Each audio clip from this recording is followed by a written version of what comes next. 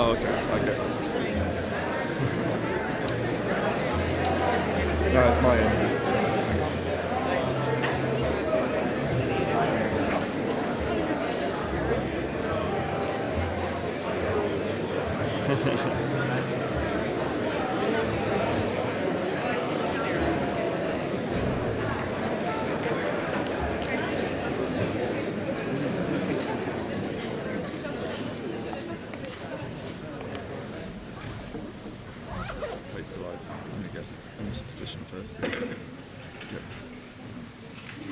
Well, good evening, everybody.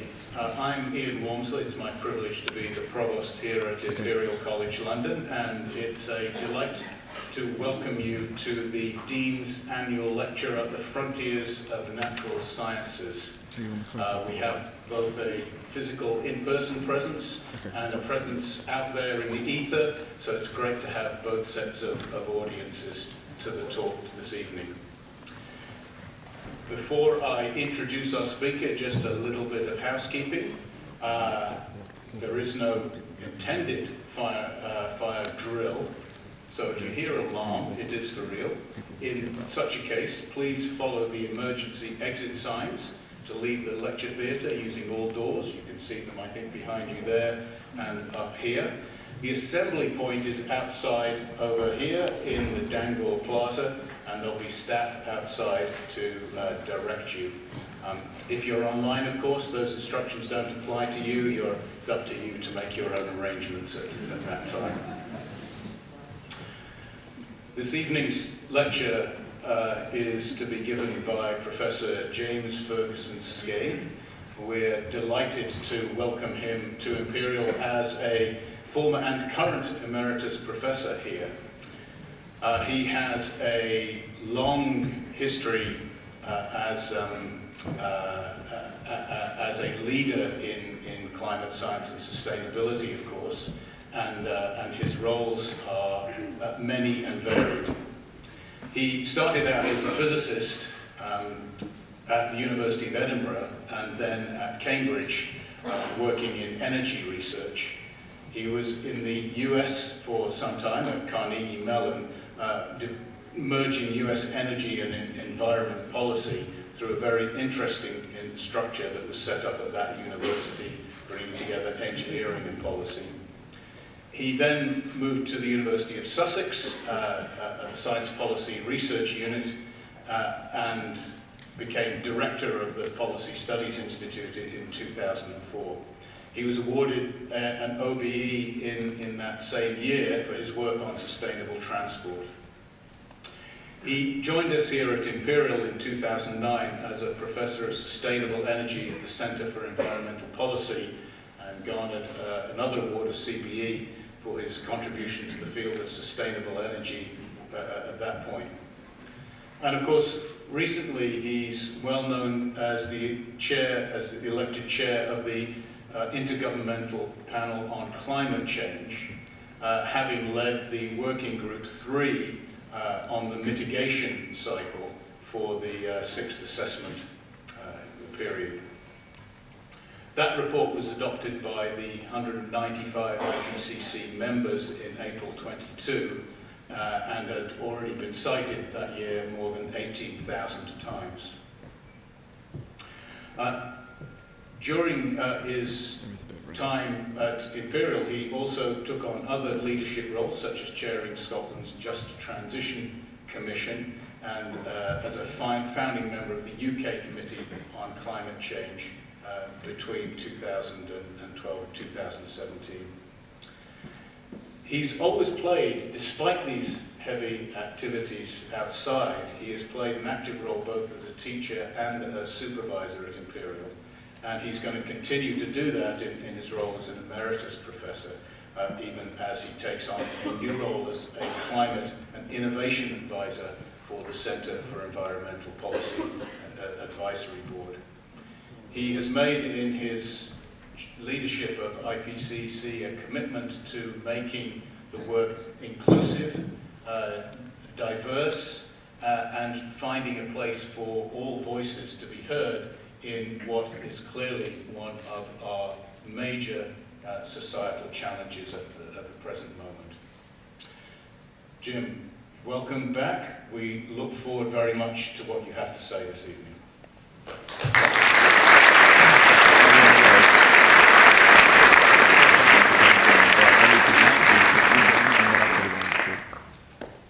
Thanks very much, Ian. I hope I can live up to your introduction. Okay. And can I also just say that IPCC has been well embedded at Imperial College over the last few years because both myself and the Technical Support Unit for Working Group 3 of IPCC were hosted at the Centre for Environmental Policy. So the linkage is very, very strong. So what I'm going to do here, I mean, there was an abstract out that said roughly what I was going to cover. What I thought I would do in the next few minutes is to look at the findings from the IPCC sixth assessment cycle, which concluded in July last year. I want to talk a little bit about IPCC's policy relevance, and then home in a little bit on how IPCC interacts with the climate change negotiations under the Framework Convention on Climate Change. And it's just about 3 weeks ago we settled on our programme of work for the seventh cycle. I'll just say a few words about that and what the priorities are going to be. So if I can start with this very striking diagram, which came from the Working Group 1 report on the physical science of climate change in the sixth cycle. It's showing graphically the changes in temperature we've seen since the middle of the 19th century shoot through to the present day, indicating how we've got to warming of around 1.2 degrees above the pre-industrial level. And the point it's making, really, about this, if we look at the forward-looking element, is that the future is very much the one that we choose to have, because we identified a number of different scenarios, and it's making different assumptions about human activities that would result in very different climate change outcomes, ranging from a very low scenario, which would limit warming to 1.5 degrees within this century, through to a very high scenario, which could see warming of up to 4 degrees by the end of the century. Now, I might actually say that the high and very high scenarios are perhaps less probable now, because we have made some progress. But to put this in human terms, there's a representation of where people will be at different points in time. I have to say I slightly resent that ageist one, as I became 70 years old last year and I'm still not hobbling around on a walking stick. But I have had my first grandchild who's not quite walking or crawling yet, so we're definitely moving in the right direction. But it is very clear, that children that are born today will still be around in the year 2100. It's not as far away as perhaps we might think. Now, just to say that obviously we have these different futures, but they also pose very different risks for both human systems and natural systems in the future. And just to say, these diagrams, the so-called burning ember diagrams from IPCC, illustrate the level of risk that we might have in the future from different levels of warming.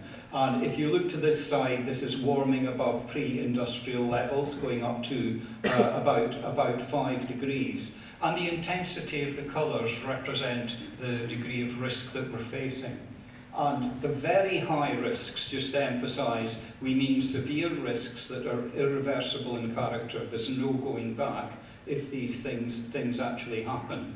And for those of you scientists, I say there is a calibration behind the Pantone numbers on these actual diagrams that you can find if you look to our databases behind this.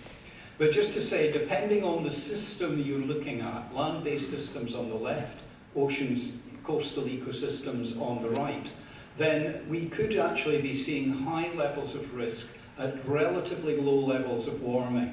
So looking here at wildfire damage, permafrost degradation, and especially biodiversity loss, we are already beginning to see these impacts at current levels of warming. And indeed, for some of them, especially notice this wildfire damage, you will see significant changes in the level of risk between 1.5 and 2 degrees. The ocean coastal systems, perhaps higher levels of warming before you see higher risks for most of these systems, but the one difference is warm water corals, where we are already beginning to see loss. And at 2 degrees warming, we would practically lose all of the warm water corals. At 1.5 degrees warming even, we would have about 25% left. So just messages about the seriousness of the impacts that we are actually facing. Now, just a second point to be made about the impacts and the risk side is that it's not all about averages. Extremes matter as well. And what this is illustrating is that the warmest, the hottest days we get the temperature will increase much higher than the global average. And in small writing here, they'll say in mid-latitude areas that the peak warming could be 1.5 to 2 times the average level of global warming. And this does pose very significant risks in terms of human health in some parts of the world. And this is exactly what this panel at the bottom does. It looks at combinations of heat and humidity and the implications at different levels of global warming for the number of days that in a year that would actually pose really challenging risks for human health. And as you can see, at the higher levels of warming, it's starting to approach the 365 days a year. And these are conditions that people will not be able to function outdoors without significant risks to their health. The top of the diagram is a different one. It's about species losses, running on a scale from 0 up to about 100%. And you can see that in some parts of the world, there is real risk around the risk of species loss actually taking place. So these are definitely scenarios that we would want to avoid. Now, turning to the other picture, what is causing all of these changes? And just let me say, a big advance in the last IPCC report was the strength of the message that it was human activities that causing climate change. The word unequivocal was used in terms of the level of the evidence. And this is some of the evidence behind it. Going back to 1850, this is the extent to which emissions of greenhouse gases have changed over that period of time.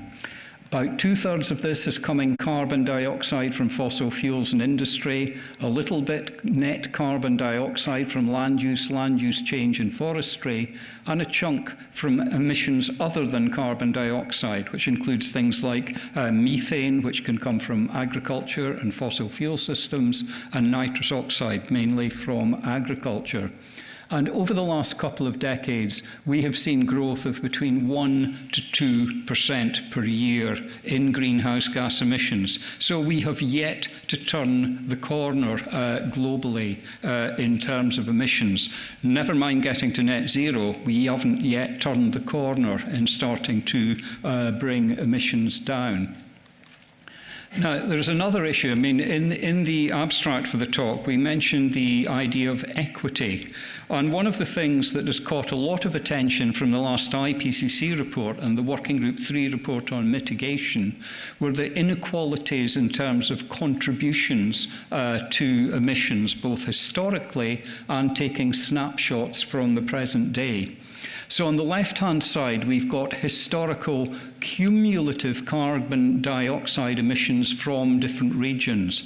And basically, to sum it up very quickly, two regions, North America and Europe, account for 40% of historical carbon dioxide emissions, with other parts of the world, notably southern Asia, down at about less than 5%. Note Africa as well is about 8%, but most of these emissions have actually come from land use rather than from the energy sector, which is represented by the blue. Now, if you turn to the right-hand side panel here, this is a snapshot of present-day emissions. So population along the bottom, per capita emissions, so the areas represent total levels of emissions.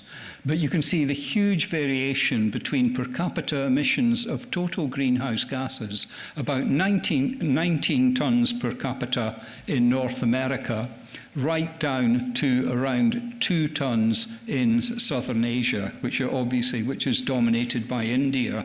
So in both respects, both historically and in terms of current snapshots, we are seeing big inequalities in terms of the contributions to the causes of human-induced climate change. And I may say this has been a particularly influential diagram in the negotiations that have taken place. It's been cited by many governments.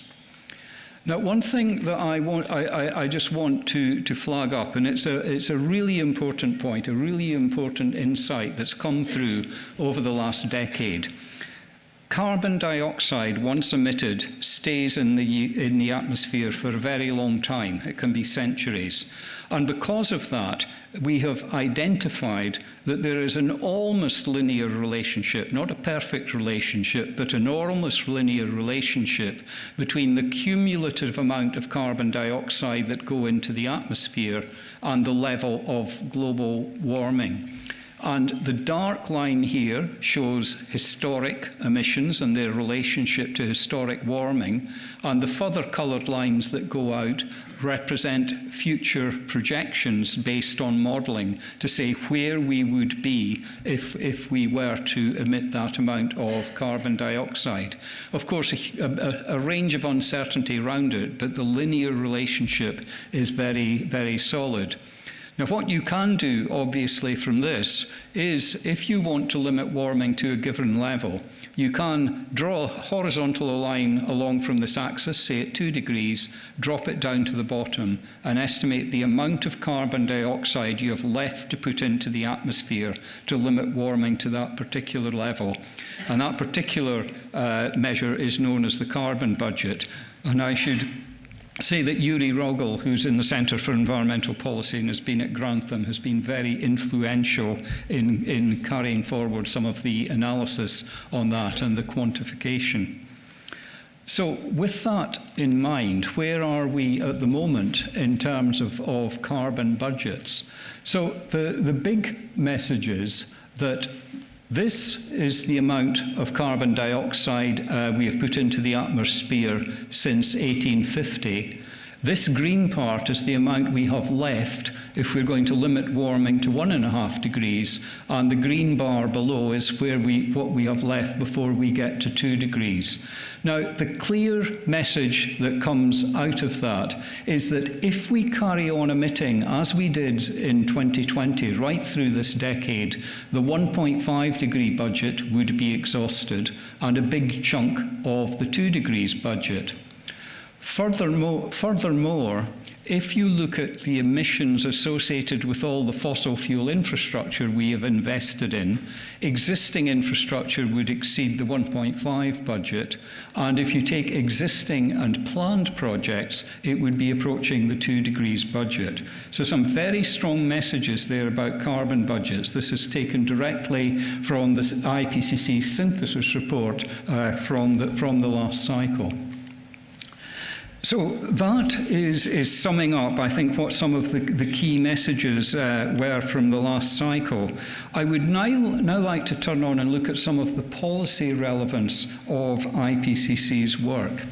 And to do that, what I'd like to remind you of, first of all, are the 3 goals of the Paris Agreement that are there in Article 2, as was negotiated back in 2015. So there are 3 goals.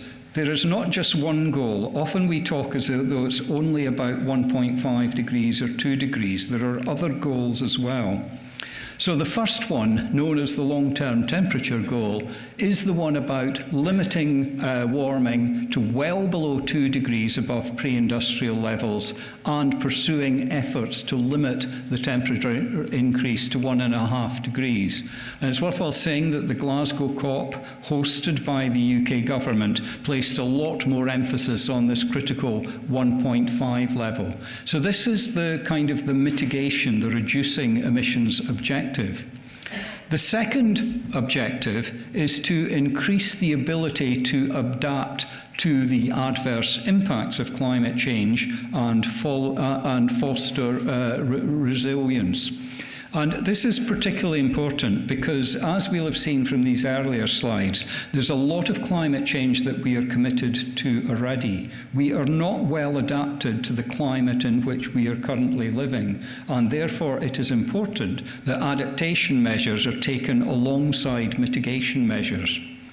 And the third goal of the Paris Agreement is to make finance flows, by which we mean flows from developed countries to developing countries, consistent with that pathway towards low greenhouse gas emissions and climate resilient development that will foster this climate resilience. Now, one thing I want to just flag. Often in Europe, we focus on the first of these goals, the reducing emissions. But in terms of the diplomacy of climate change, these 3 goals fit together like 3 pieces of a jigsaw puzzle. And it is important that we pursue all of these goals if you're going to build a coalition that is willing to pursue very ambitious action on climate change. So where does IPCC come into all of this? Well, we are the UN body that is charged with providing advice on climate change and climate action. As you can see at the top there, we're supposed to be comprehensive, objective, open, and transparent. We're not just about the physical science of climate change, it's also about the economics and the technical side of it as well. And it is about adaptation as well as mitigation.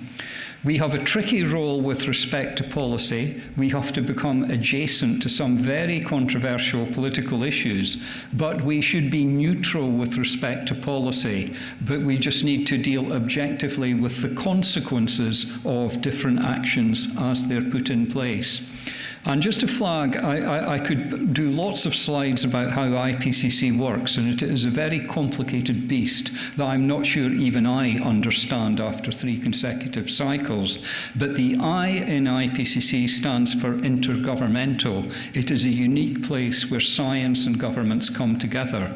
And all of the results that I showed you at the beginning of the presentation are something that's been signed off by all of the governments of the world. It's not just scientists working together, it's scientists plus governments.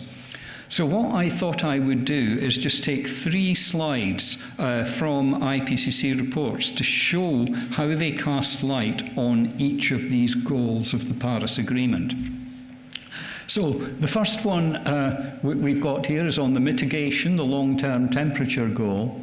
And what it is pointing out is that there are lots of gaps at the moment between the action that we are taking and the action we would need to take to put us on a track to meeting that long-term temperature goal.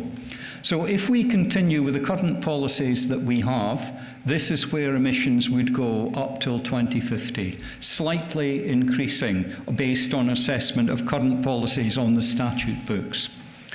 To limit warming to 1.5 degrees, we would need to be somewhere like on this blue trajectory here. And just to flag, this is a 43% reduction in emissions by 2030 relative to 2019. If we were to be on a pathway to limiting warming to 2 degrees, we would be on this green pathway here. So once again, very big gaps still between where we are in terms of current policies. Now, governments have submitted their nationally determined contributions or pledges under the Paris Agreement, and the assessment was in the latest reports that if these were implemented, this is where we would get to be by 2030, still falling well short of where you would need to meet the long-term temperature goal for Paris.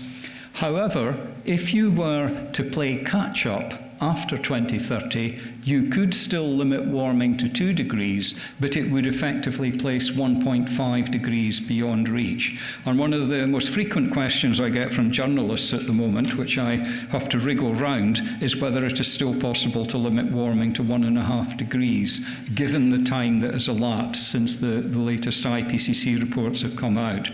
But to sum up, there are 2 kinds of gap. There's an emissions gap between the difference between the promises and where you would need to be, but there's also an implementation gap because more needs to be done, more policies need to be put in place, even to allow the pledges to be met. So an emissions gap and an implementation gap here. Now, next slide, this question of the second one on fostering resilience. And sorry, this is a fairly complicated slide, but the left-hand side of it, the strong message is that AR5 was the 5th assessment cycle of IPCC that ended in 2014, 2015. AR6 ended in 2023.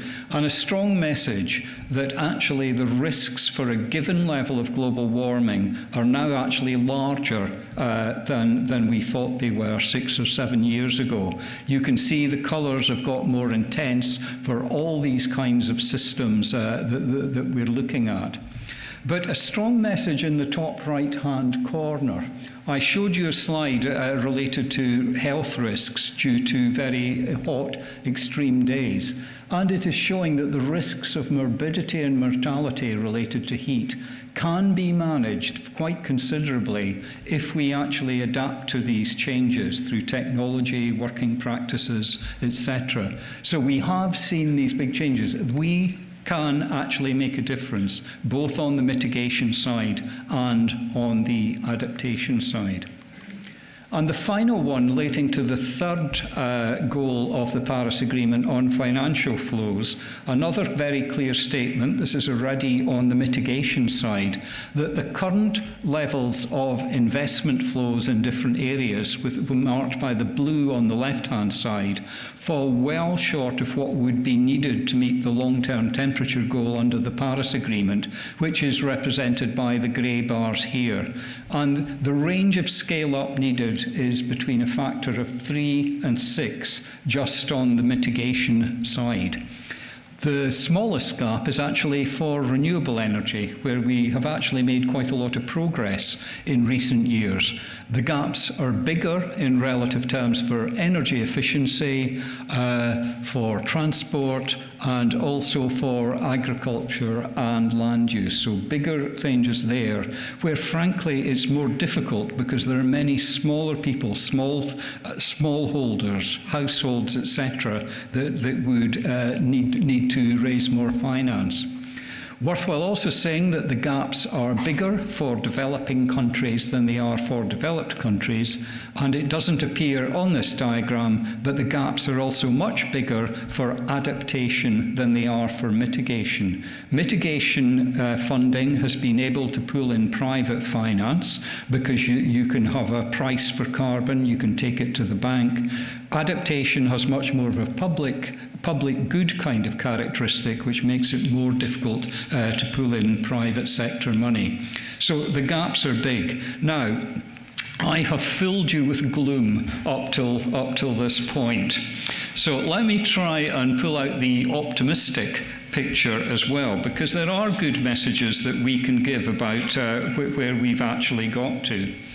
So, big messages. We have now identified, it's not on the slide, but we've now identified over 20 countries where we have seen sustained reductions in greenhouse gas emissions for a decade or more.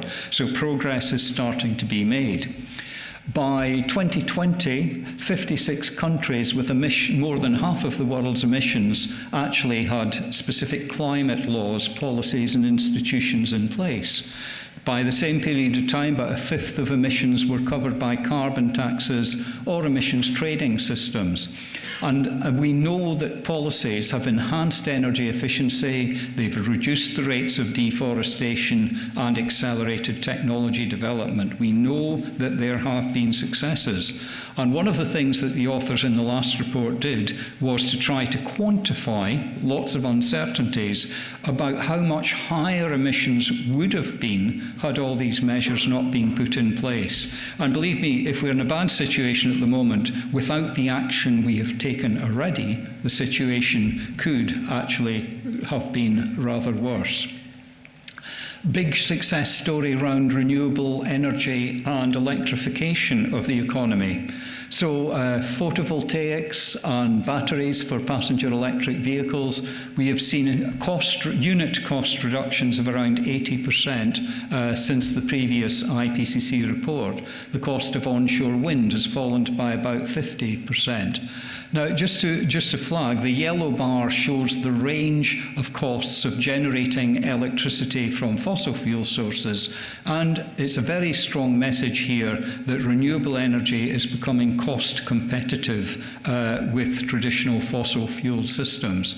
And these cost differences have driven market adoption. We're now in the situation where about 10% of the world's electricity is being generated by wind and solar energy, which I don't think many people anticipated a decade ago. Looking forward, we also pulled up a very, really other signs of optimism. Governments asked us to look much more in the near term in the latest IPCC reports. So we looked at the potential for the adoption of specific technologies on a near-term timescale, meaning 2030. So what we did there was for the technologies, identify what the potential was, and just to scale it, the 6 is about 10% of global emissions. And we estimated the potential according to the unit cost of the different technologies in different places. Now, this is just for the energy supply system, and there is a big chunk here. The biggest part of it is from wind energy and solar energy, but also big potential in different places for bioelectricity, some from nuclear, and the one I would flag out particularly important to reduce methane emissions from oil and gas systems, which are opportunities that have not been sufficiently taken up and may actually come quite cheaply. And just to refer to the colour scheme, the blue means that in principle these technologies are available at a negative cost. In other words, it would make sense to deploy them to that scale even if climate change did not exist. They make sense in their own right. but a big chunk of the other costs are available for less than about $50 per $50 per tonne of carbon dioxide equivalent, which is within the kind of price, for example, that's being set in the EU emission trading scheme. I'll quickly skip. There are also potential options in the built environment and the transport sector, though nothing individual measure has the potential of wind and solar, and also potentials in the industrial sector, particularly from fuel switching, which is a pretty quick win. Now, one of the things that we did in the last report, we didn't simply look at the technologies. We looked at the potential for behaviour change and consumption patterns to contribute to emission reductions. And I won't go through this in detail. I'll just call out the main elements. The thought process was to think, how can we meet human needs for nutrition, for mobility and shelter, and do it in a more effective and more carbon efficient kind of way? And based by comparing business as usual scenarios with more ambitious scenarios, the authors were able to identify the importance of socio-cultural factors, by which they mean just the choices that people make, but also to make a very important point that people can't do it all by themselves. They need the right kind of context and constraining conditions to be able to exercise their choices. So infrastructure provision and technology adoption are also an important part of the picture. So think of electric vehicles. People need to choose the vehicles, but you need a charging infrastructure, and you need the manufacturers to produce the technology that people can choose. And so it's these reinforcing factors that allow you to make changes on the demand side. I might say the most controversial element was probably nutrition. Maybe we could get that into questions, and over dinner tonight we can debate the carbon intensity of the menu. Now, one other thing that just before I finish this section is just to flag that because of the net zero concept, and because it is not possible to eradicate all emissions, if we want to get to net zero, we will have to remove some carbon dioxide from the atmosphere. And I think for the first time in this report, we took a fairly comprehensive view of the vast range of carbon dioxide removal techniques and technologies that are available. And I'm obviously not going to do this through this in detail, but the techniques vary according to the removal mechanism. Is it geochemical? Is it chemical? Is it biological? It varies according to the place where the carbon dioxide actually ends up. Is it in vegetation? Is it in final products like tables, buildings? Or can it be put into minerals or geological formations? And the way you do it also has implications for the time scale of the storage. Some of the biological systems, it could be perhaps only decades that the carbon dioxide is stored for. For the geological, it could go on to even millennia for the time period. And that is a very important factor to consider. I'm keeping my eye on the time quite carefully, and I will go through these final sections just a little bit more clearly, a bit more quickly.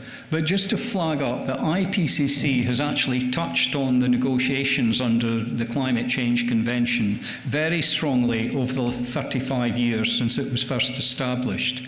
IPCC was established in 1988 before the Framework Convention was signed, and so IPCC findings led to the way that convention was structured.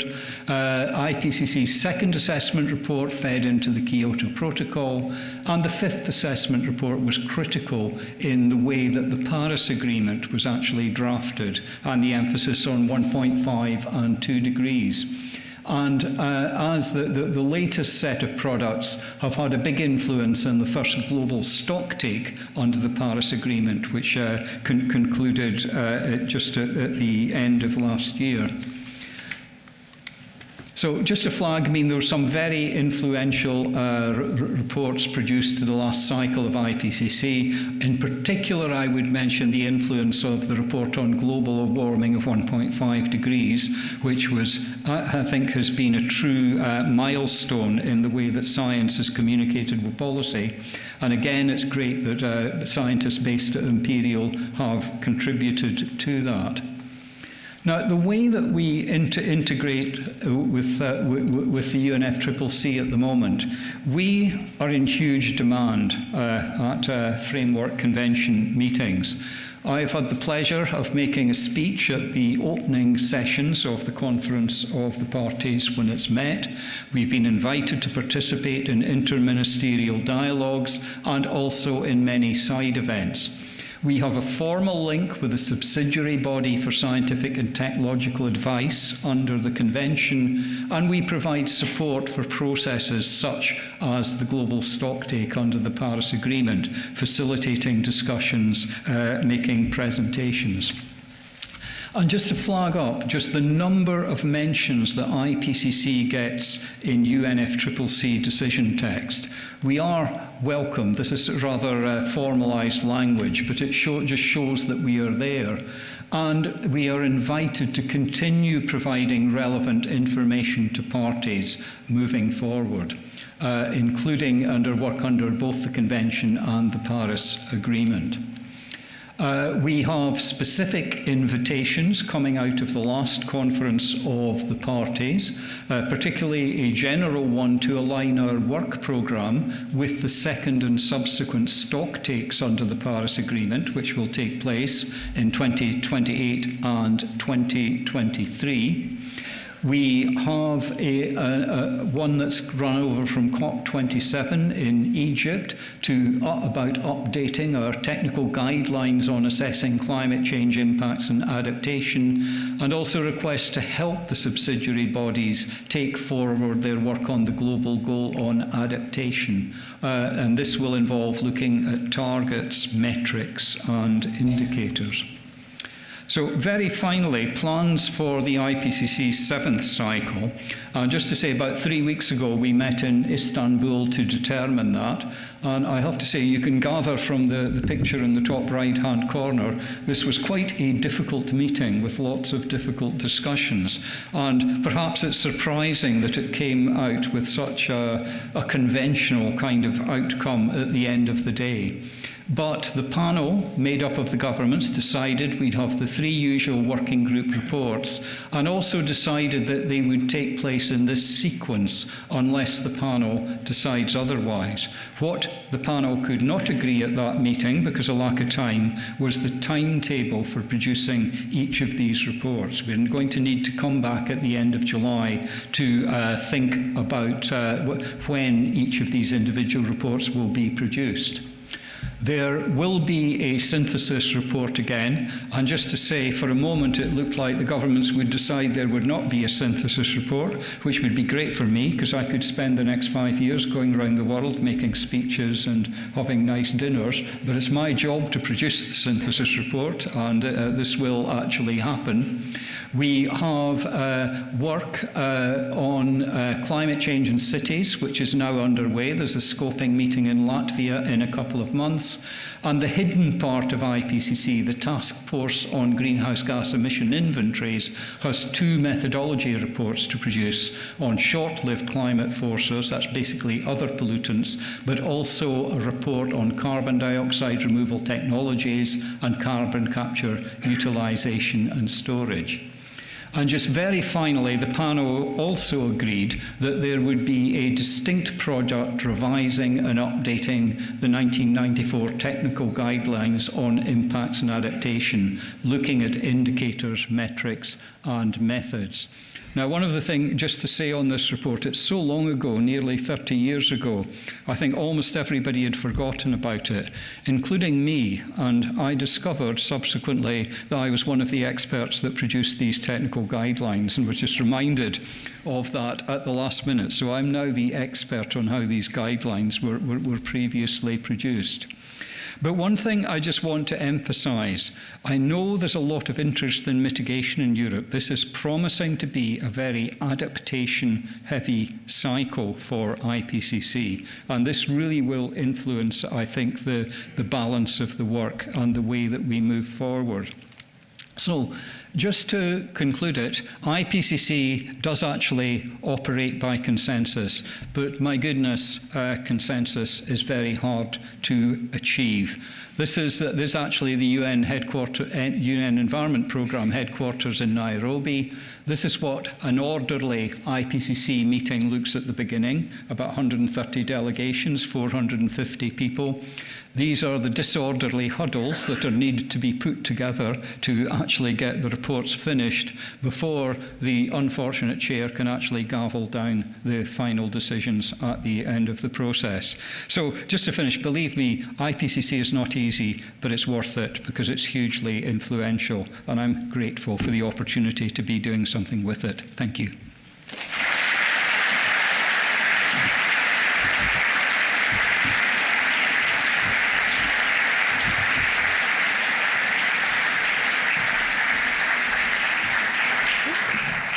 Hopefully I'm live, you can hear me. Thank you, Jim. And what a great way to launch us into several weeks now, really looking at Imperial College's commitment to sustainability going forwards. So we're going to start with some questions. And actually my phone has been ringing quite a bit this afternoon. People were trying to get ahead of the game. So I'm going to start with someone who phoned in this afternoon. And then we're going to take questions from the room. So if you please stick your hands up, and then we have Ala over here who is going to watch the online questions for us. So the question that was phoned in came from Stan Theophilou, who says, we have known about the impacts of excess atmospheric CO2 for a long time, and we have a few tools and technologies to really mitigate.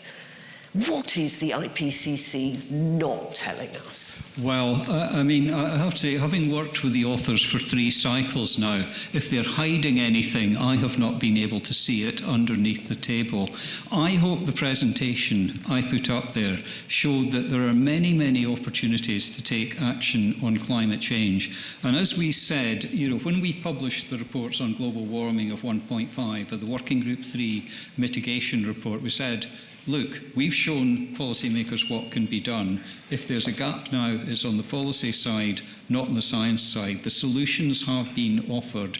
There's a toolbox ready to be adopted. Please get on with it. Nothing is being hidden. Thank you. Now, do we have a question from the room? Stick your hands up and we can send you a microphone. Just here. Do we have our microphone runners? Ooh.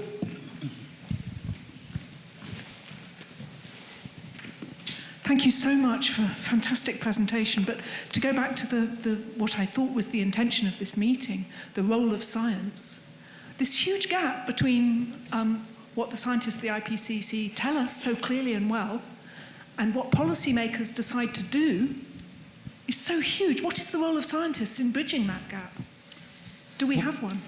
Yeah, we do have a huge role to play in this. If we just look at the documents for the Framework Convention on Climate Change, or the way, for example, that legislation in the UK and other countries has relied on science to inform it, the things that have been done already have been hugely influenced by science. If we look at the last cycle, the fact that we brought the concept of net zero to the world, the fact that most of the world's emissions are now covered by some kind of net zero target for later in the century, I think is a testament to the fact that science has actually made a difference. The concepts have come forward and they have changed the political conversation. So I don't actually share the idea that scientists have.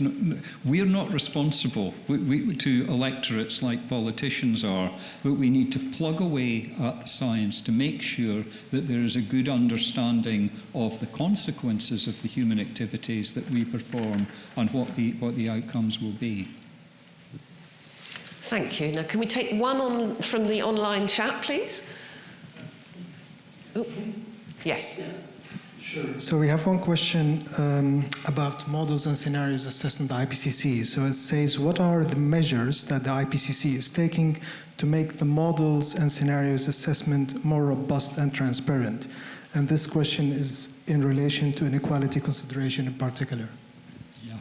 And I might say to people that the long-term scenarios for Working Group 3 of IPCC were about 6% of the text, 25% of the summary for policymakers, and 90% of the grief afterwards in trying to defend them.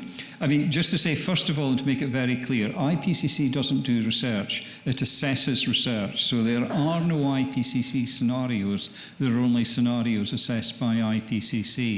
But we are constantly interested in the relationship between the research communities and what happens inside IPCC and how we make sure the boundaries between research and assessment are properly respected. So in April last year, we actually had a workshop on scenarios and how IPCC handles them that came out with recommendations for IPCC, for scientific communities and research funders. And transparency was first and foremost one of the concepts and main messages that came out of that. So we are doing a lot. Most of the models that IPCC assesses are now open source models. If you have 9 months to a year spare to learn how to use the models, they are actually transparent and amenable, and a much wider range of people, I think, are now engaged in the process. Thank you. Now, we had a flurry of hands coming across here, and I think, Richard, you were first. So, second row just here. Who has his hand up? Thank you. I'm not going to ask you a legal question, don't worry. But you did mention, for a number of years, I led a legal program about carbon capture and storage, which is interesting technology. And Europe was the first to produce a law on carbon capture and storage from source to deposit. But it's never really sort of taken off in Europe, and it still, keeps being about to take off in this country. Do you think it is an essential? I mean, I think it probably is essential to the transition, but why is it just not happening properly? Yeah, okay, and just to say, I think it's also the case in other parts of the world that CCS has not completely taken off either, though there are many new projects emerging, especially in the Middle East and North America, that are perhaps on a greater scale. The issue, I think, with carbon capture and storage is that carbon, once it gets into a geological formation, is of no use to anybody whatsoever. It provides no human value at all. It's just in there, which means that somebody has to pay for it to actually happen. And I don't think what we have seen so far are the kind of the business models of the policy frameworks, particularly carbon pricing, that would allow carbon capture and storage to be adopted. It's sometimes said that it's an untested technology. That is not borne out by the chapters in the IPCC reports that we've got. It's actually not a technology, it's a technological system, and all of the components have been demonstrated somewhere at some time, so we can do it. But I don't think we've had the right business conditions and policy conditions for it to come through. So if people want CCS to take off, I think it can do, but it would need a lot more effort, and because it's a large-scale, site-specific technology, it has different challenges from, say, photovoltaics, which are modular and which you can build and scale up quite quickly. Thank you. Can we have one from online, please? Sure. You mentioned that the next cycle will be focused on adaptation. Do you think that the presumably very pricey adaptation strategy will be necessary to force government to do mitigation? Yeah, I mean, let's be quite clear that adaptation and mitigation, there's no choice between them. They're complementary, and you absolutely need to do both of them. I think the reason for the interest in adaptation this cycle is that the gaps on adaptation between what we're doing and what we need to do are actually perhaps even larger than they are for mitigation at the moment. It's partly the funding issue, because it's really very difficult to raise private finance for adaptation because of its public good kind of character. So most existing adaptation activities have just come from public funding, and frankly the public purses are not deep enough to pay for the trillions that would be needed. So this is not abandoning mitigation. It's perhaps, the balance will be slightly different, and there will be a lot of attention, I think, from the governments on the adaptation side. Oh, can we come to here? And then I think after that it will be you.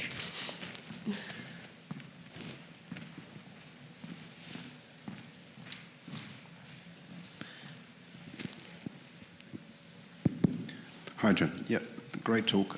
So I remember distinctly, I think I remember, that people were talking about maybe accelerating the IPCC cycle somewhat. So now we're in a situation where the real heat is going up very quickly. The political heat is also going up very quickly. The innovation's going up very quickly. So is the IPCC cycle, you mentioned the fact they couldn't agree on dates, is the IPCC cycle in danger of being behind all of those three things, really? Yeah. Well, just to say that this is quite central to the debates that were taking place in Istanbul just 3 weeks ago. And just to say, IPCC by its nature will never be a 24/7 news organisation. So just don't expect that. It's not going to happen. And the other thing is, because we take decisions by consensus, it will actually take quite a long time to change any procedures we have. I mean, we need to get governments to nominate people for a scoping meeting. The governments have to agree the scope. They need to nominate people to be authors. It needs to go through 2 review cycles. And you cannot get a report done in less than 3 to 4 years with these kinds of procedures in place. So unless governments by consensus agree to change their procedures, we will work at the kind of pace that we've always done. It's extremely difficult to get an IPCC cycle within 5 years, given all of these different factors.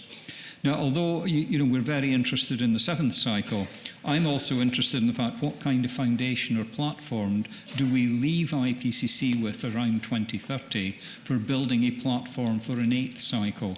And as well as the scientists doing their work in this cycle, I think it's very important for governments to do work on the kind of the administration and the management of IPCC to look whether there are ways of that things could be done differently in the future. But I don't expect them to be done differently in this cycle. Thank you. Now, can we have one last question from the room, and then I think we're up to time. Come here.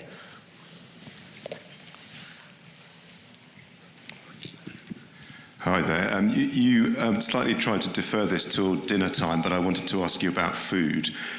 Food production is at least a quarter and possibly a third of emissions cumulatively, and likely to become more of a problem in the future because of growing populations. It's of course also an adaptation challenge because it's more difficult to grow food as the world warms. The figure you showed indicated that behaviour change could be very important, but that's not what we see at present, with people shifting their diets actually towards more carbon intensive forms of food production. I wondered if you could say something about your views, or the IPCC's views, about how we might solve the food production challenge. Is that going to be about science and technology? Is it really going to be about behaviour change? Is it going to be about sharing of innovations as well as sharing of money internationally? Thanks. Yeah. So just to say, I mean, very obviously, the question of what people eat is sensitive. And this is where IPCC's thing about not producing recommendations and being policy neutral was quite important. Because when, we picked up this issue on the special report on climate change and land and really gave it a much higher profile. But we were extremely careful to say we are not telling people what to eat. We are just looking at the consequences of different diets, etc. And I think it's a challenge. All we can do is kind of highlight the consequences of different dietary patterns. We can't make recommendations or tell people what they should be doing. And to get emissions down from the food system, I think it's going to be a combination of technological means and of behaviour changes as well, if there are going to be radical differences. But we need to remember that dietary habits are so embedded in culture, we need to approach it very carefully, because any heavy-handed approaches probably take us in the wrong direction rather than in the right direction. So we do need to be extremely careful. Just as a finishing comment, you know, we concluded that food and the food system, and we looked at it as a food system for the first time rather than just agriculture, because there are important gains to be made from reducing food losses along supply chains and at the dinner plate as well. Food systems, a third of global emissions, energy system 40%, cities 50%. Somehow it doesn't all add up to 100, and we need to be very careful about these estimates.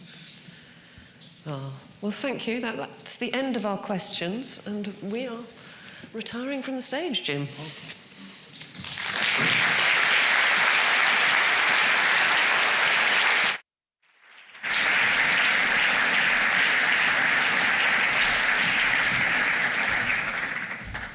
Well, I think formally, my name is Richard Crastor, I'm the Dean of the Faculty of Natural Sciences, and formally this is actually the Dean's lecture. So thank you so much, Jim. I really enjoyed that. That was very enjoyable, and it was also knowledgeable, thoughtful, thought-provoking, and highlighted many things which I think we'll all take away and have to think a bit about. It was also really interesting to see basically what our governments are being told. So actually seeing an IPC view on what's going on, I found that really fascinating, so thank you very much. It also leads us nicely into the launch of Imperial College's Sustainability Week, or in fact 10 days, we've extended it a little bit further, up till the 1st of March. So our Sustainability Week is going to involve panel discussions, networking events on careers in sustainability, peer-to-peer green labs, teach-ins, a sustainability fair, and so much more. So any of you who are interested, please do look online, our Sustainability Week, and it'll be filled with lots and lots of exciting and interesting things to do. Another thing which was very nice about the lecture, I think, was it also highlighted Imperial College's contribution in terms of things like policy and in terms of taking science and engineering through to policymakers. So Centre for Environmental Policy, the Grantham Institute, large sections of the other faculties, including engineering departments. So it was really uplifting to hear that. So that's another good thing. The Dean's lecture highlights different departments in our faculty each year, and so we'll see Centre for Environmental Policy's turn this year. For those of you who've enjoyed this, please keep an eye out, and we'll be announcing next year's lecture in due course. And now it's for me to say that the in-person invitees, you're very welcome to come for a reception in the Queen Towers room, where you'll have the opportunity to look at some presentations from the Centre for Environmental Policy highlighting their work. For those of you at home, thank you very much for coming or online. I hope you very much enjoyed it, and thank you all for coming.